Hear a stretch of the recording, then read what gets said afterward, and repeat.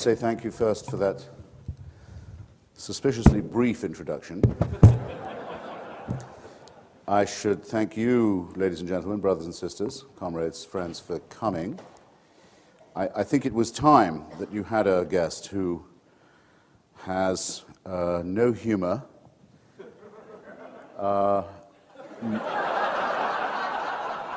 no tricks, and who, though he knows is blocking the way between you and cocktail hour, is fully aware of it, has no intention of being brief.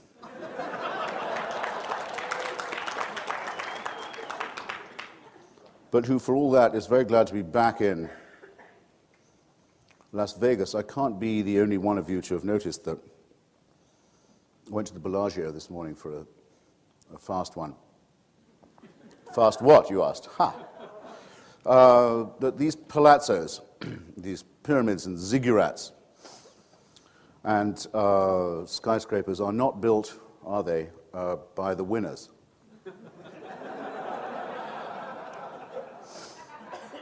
By what I would describe as a simple process of elimination. We have a rough idea who did build, whose hard-earned money did build these ziggurats and temples and skyscrapers. And actually, I suppose this will, in this, like everything else, is getting nearer to being over. Someone might let me know. No, they're not going to do that. We old troopers don't repine. We play the provincial halls at all hazard. That might be it. I think it would be as true to say that every cathedral, every temple, I'll punctuate, I'll use this for punctuation. Every temple, every cathedral,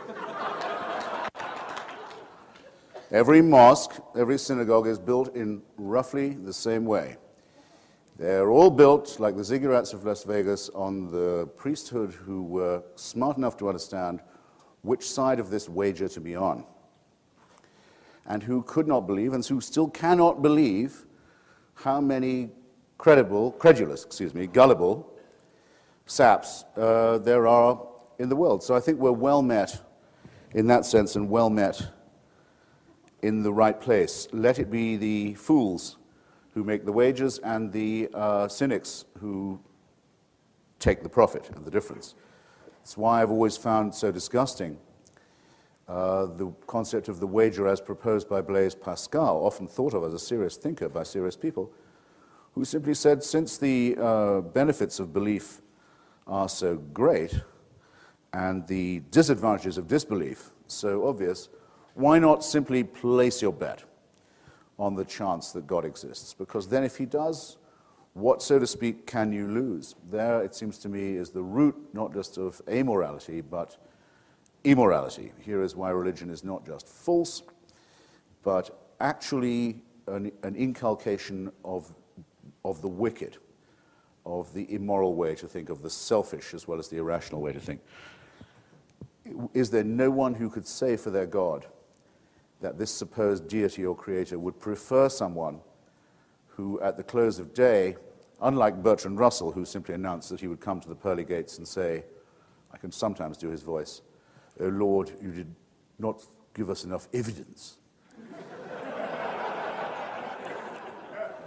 who would, perhaps a little improving on that from the ethical point of view, who would say, don't you prefer someone who could not bring himself to believe in the propaganda of your priests, but who tried to lead an ethical life in any case? Would that perhaps not be a more winning bet? If it is a more winning bet, a more ethical bet, we can at least be certain that monotheism forbids it. So I frankly prefer the Randy wager every time.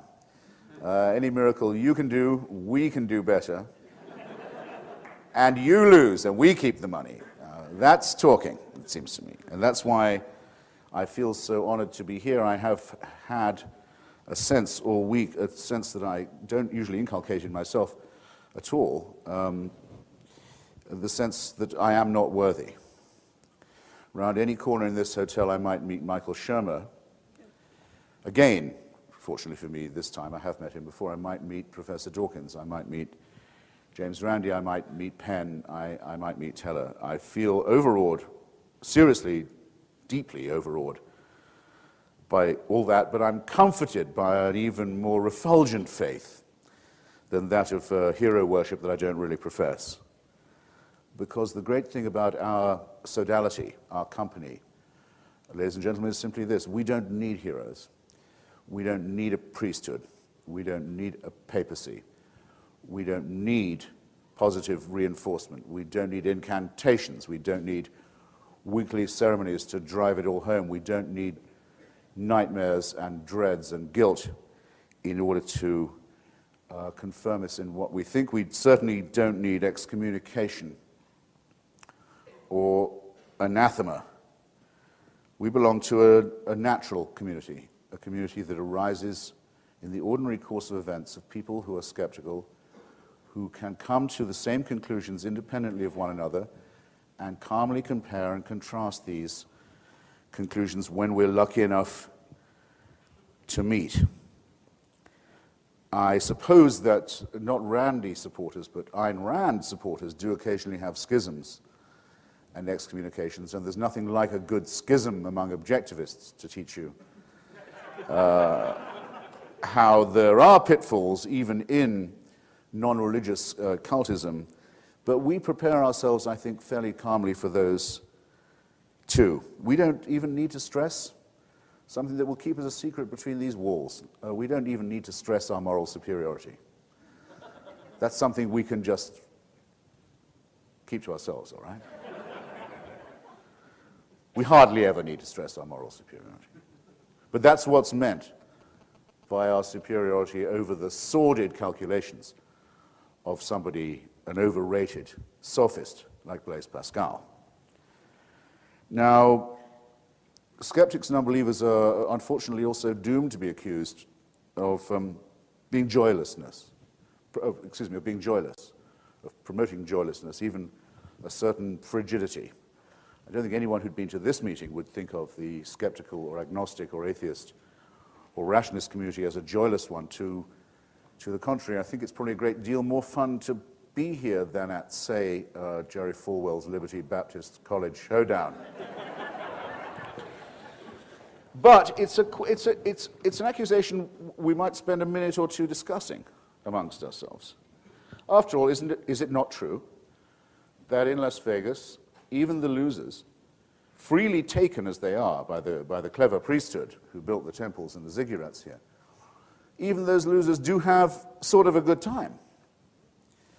My youngest daughter, in fact, was conceived in Caesar's Palace about 12 years ago now, on a losing streak, which I wouldn't have been without. And isn't there consolation to be had, after all, in this veil of tears and misery, in the supernatural? Why should one want to deny people these simple and these humble pleasures? And who, in any case, are we to deny them this kind of happiness? And so I suppose if I had a title for my sermon today, and I've only just cleared my throat, I want to warn you, it would be, does credulity matter? Is credulity a problem? This is often stated, actually most often stated, by a famous misquotation from Karl Marx, who is supposed to have said that religion was merely the opium of the people. Anyone who studied it at all will know that in his introduction to the critique of Hegel's philosophy of right, Karl Marx says no such thing. He says that religion is the sigh of the oppressed creature and the heart of the heartless world and the spirit of a spiritless situation.